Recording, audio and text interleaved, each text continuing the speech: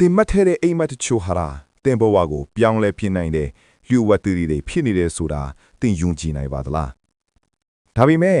အဲ့ဒီအိမ်မက်တွေကိုသူတစ်ပါးကိုပြောလိုက်တာနဲ့တင့်ကံကောင်းမှုတွေပျောက်ကွယ်သွားနိုင်ပါတယ်ဒီနေ့မှာတော့မပြောတဲ့နဲ့ကံကောင်းစီမဲ့အိမ်မက်များကိုပြောပြပေးသွားမှာပါအိမ်မက်ဆိုတာတာမန်စိတ်ကူမဟုတ်ပါဘူးအဲ့ဒါဟာတင့်မတီစိတ်နဲ့မမြင်ရတဲ့အင်အားတစ်ခုခြားကတိတ်တဆိတ်ဆက်သွယ်မှုတစ်ခုဖြစ်ပါတယ်နိုးနေတဲ့အချိန်မှာစိုးရိမ်မှုတွေအသွေးတွေကဒီသတင်းတွေကိုဖုံးကွယ်ထားကြပါတယ်ဒါပေမဲ့အိပ်ပျော်သွားတဲ့အခါမှာတော့တင့်စိတ်ဟာအလွန်ကြည်လင်လာပြီးအဲ့ဒီသတင်းတွေကိုလက်ခံဖို့အသိဖြစ်နေပါတယ်ဒါပေမဲ့အရေးကြီးဆုံးအချက်တစ်ခုရှိပါတယ်အိမ်မက်ကောင်းကိုပြောလိုက်တာနဲ့အဲ့ဒီအာနတိဟာလျော့နေသွားနိုင်ပါတယ်ဈေးရန်ပညာရှိတွေကပြောလို့ရှိပါတယ်အိမ်မက်ကောင်းဆိုတာမြေကြီးထဲမှာမြုပ်ထားတဲ့ရွှေအိုးနဲ့တူပါတယ်တိတ်တဆိတ်သိမ်းထားမှသာတင့်အတွက်သုံးတယ်မှာပါတဲ့ပထမဆုံးတစ်ချက်ကတော့အလင်းတန်းများကိုမြင်မဲ့ခြင်းပါအိမ်မက်ထဲမှာထူးခြားတဲ့အလင်းတန်းတွေကိုမြင်မဲ့ခြင်းဟာတဘာဝအင်အားရဲ့အစစ်မြင့်ဆုံးအချက်ပြတစ်ခုပါဒီအလင်းဟာတာမန်မီးရောက်မျိုးမဟုတ်ပဲကြည့်လိုက်ယုံနဲ့စိတ်ကိုအေးချမ်းသွားစေတဲ့ဖြူစင်တောက်ပတဲ့အလင်းမျိုးဖြစ်ပါတယ်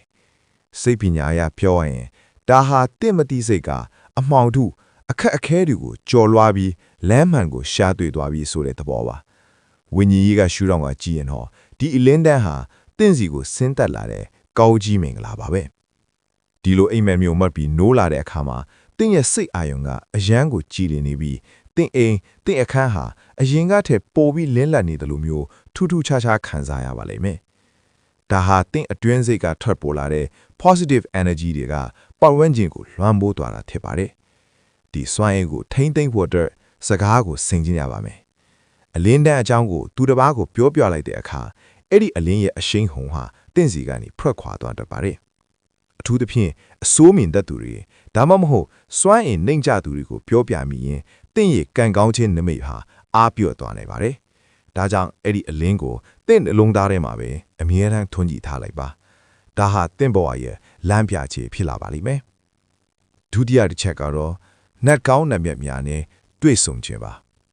မိမိကိုးကွယ်ရပါတဲ့အလိုက်မြင်မြတ်တဲ့ပုဂ္ဂိုလ်တွေနတ်ကောင်းနတ်မြတ်တွေကအိမ်မထက်မှာတင့်ကိုလာရောက်နှုတ်ဆက်တာပြုံးပြတာဒါမှမဟုတ်ပစ္စည်းတစ်ခုခုပေးသနာတာမျိုးဟာအလွန်ကိုမင်္ဂလာရှိတဲ့နမိတ်ပါဒါဟာတင့်မှာအဆွန်လောက်ခိုင်မာမှရှိနေပြီဆိုတဲ့အတိပဲပါပဲတင်ဟာအထီးကျန်မတည်ပဲမမြင်ရတဲ့အင်အားတွေကတင့်ကိုအမြဲတမ်းစောင့်ကြည့်နေတယ်ဆိုတာကိုအတီးပြုလိုက်တာဖြစ်ပါတယ်ဒီလိုအိမ်မက်မျိုးမှတ်တဲ့အခါမှာတင့်ရဲ့စိတ်ဟာအတီးငိမ့်ဆုံးအခြေအနေကိုရောက်သွားတတ်ပါတယ်လက်တွေ့ဘဝမှာလည်းအရှုပ်တလေးတွေကင်းစင်ပြီးအလို့ကင်တွေအဆင်ပြေလာပါလိမ့်မယ်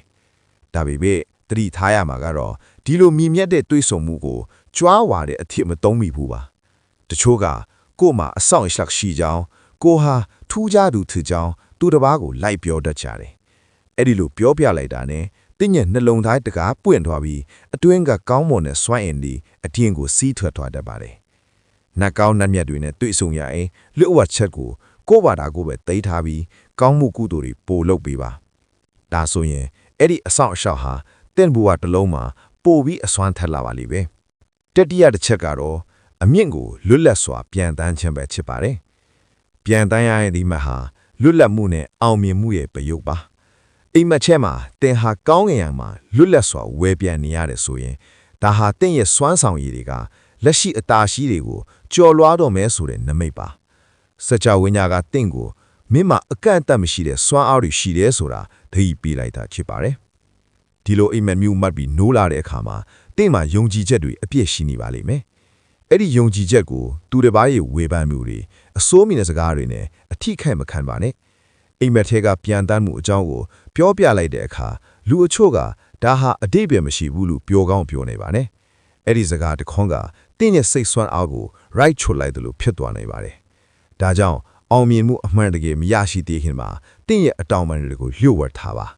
တိတ်တစိတ်ကြိုးစားပါစကြဝဠာကတင့်ကိုလမ်းဖွင့်ပေးထားဖြစ်လို့တင့်ရဲ့ပြန်တန်းမှုကအဟံအတာမရှိဖြစ်နေပါလိမ့်မယ်နောက်တစ်ချက်ကတော့အသီးအနှံများဆွတ်ကူးခြင်းပါမဲဝဲနေရဲ့အသီးအနှံတွေကိုဆွတ်ကူးရခြင်းဟာလက်တွေ့ဘဝမှာဒဏဥစ္စာတွေငွေကြေးကံတွေဝင်လာတော့မယ်ရှေ့ပြီးနေမိပါဒါဟာတင့်ရဲ့ကြိုးစားမှုတွေကအသီးပွင့်ဝေစာလာတော့မယ်ဆိုတဲ့သဘောပါ စัจ java ဝိညာဉ်ကြီးကတင့်ကိုစုလာတွေပေးဖို့ပြင်ဆင်လေပြီးဆိုတဲ့အချက်ပြချက်ပါပဲဒီနေ့အောင်မှာလက်ပိတ်ခြင်းအကြောင်းကိုသတိပြုရပါမယ်လူကြီးတွေပြောလို့ရှိတဲ့လက်ပိတ်တဲ့ဆိုတာကတကယ်တော့ကိုယ့်ရဲ့ကောင်းမွန်တဲ့စွမ်းအင်လွင်တွေကိုမလိုအပ်ပဲထုတ်ဖော်ပြောပြလိုက်လို့နမိတ်ပြောက်သွားတာကိုဆိုလိုပါတယ်ကံကောင်းခြင်းဆိုတာနူးညံ့တဲ့စွမ်းအင်တစ်ခုဖြစ်လို့သူ့ကိုတန်ဖိုးထားပြီးလျှို့ဝှက်ထားမှသာအရှိန်အဟုန်ပြင်းပြင်းနဲ့ဝင်လာမှာဖြစ်ပါတယ်အတီးနဲ့ဆွဲကူးရတဲ့အိမ်မက်မက်ရင်စိတ်အေးအေးထားပြီးကိုယ့်အလုပ်ကိုပိုကြိုးစားပါစัจ java ဝိညာဉ်ကပေးပိုးတဲ့ဆုလာကိုအံ့ဩစရာကောင်းလောက်အောင်လက်ခံရရှိပါလိမ့်မယ်နောက်ဆုံးနမိတ်တွေကတော့အိမ်အသစ်ဒါမှမဟုတ်အခန်းအသစ်တွေကိုရှာဖွေတွေ့ရှိခြင်းနဲ့တူညီတဲ့ခဏန်းတွေးတွေကိုမြင်မဲ့ခြင်းပါဒါဟာတင့်ဘဝရဲ့အဆင့်အတန်း level မြင့်သွားတော့မယ်ဆိုတဲ့အတိအပြုချက်ပါစัจ java ဝိညာဉ်ကတင့်ကိုနေရာအသစ်ဘဝအသစ်ပေးဖို့ပြင်ဆင်နေတာဖြစ်ပါတယ်ဒီကဏ္ဍတွေဒီအိမ်အသစ်တွေဟာတင့်အတွက်တီးတန့်ပေးတဲ့လမ်းညွှန်ချက်တွေပါဒီလမ်းညွှန်ချက်တွေကိုလျှို့ဝှက်ချက်တစ်ခုလို့တင်စိတ်ထားခြင်းဟာတင့်ရဲ့ဘဝအသစ်ကိုပိုးပြီးခိုင်းပါစေပါတယ်သူတစ်ပါးကိုလိုက်ပြောပြနေမဲ့ထက်အဲ့ဒီနမိတ်တွေကပေးတဲ့အတိတာနဲ့တင့်ဘဝကိုပုံဖော်လိုက်ပါပြောင်းလဲမှုတွေဟာအတန်တိုက်ဖြစ်ပေါ်နေတဲ့အချိန်မှာပိုပြီးအစွမ်းထပ်ပါတယ်အိမ်မက်ကောင်းဆိုတာစัจ java ဝိညာဉ်ကတင့်ကိုတီးတန့်ပေးပို့လိုက်တဲ့လက်ဆောင်ပါအဲ့ဒီလက်ဆောင်ကိုတန်ဖိုးရှိအောင်ထိမ့်သိမ်းရမှာကတင့်တာဝန်ပါမလိုအပ်တဲ့ကြွားဝါမှုတွေအသင်းအဖြန်းတွေနဲ့စကားအများကြီးပြောခြင်းဟာတင့်ရဲ့စိတ်ဆွမ်းအားကိုကုံစုံစေသည့်နမိတ်ကောင်းတွေကိုအကောင်အထည်မပေါ်အောင်တားဆီးတတ်ပါတယ်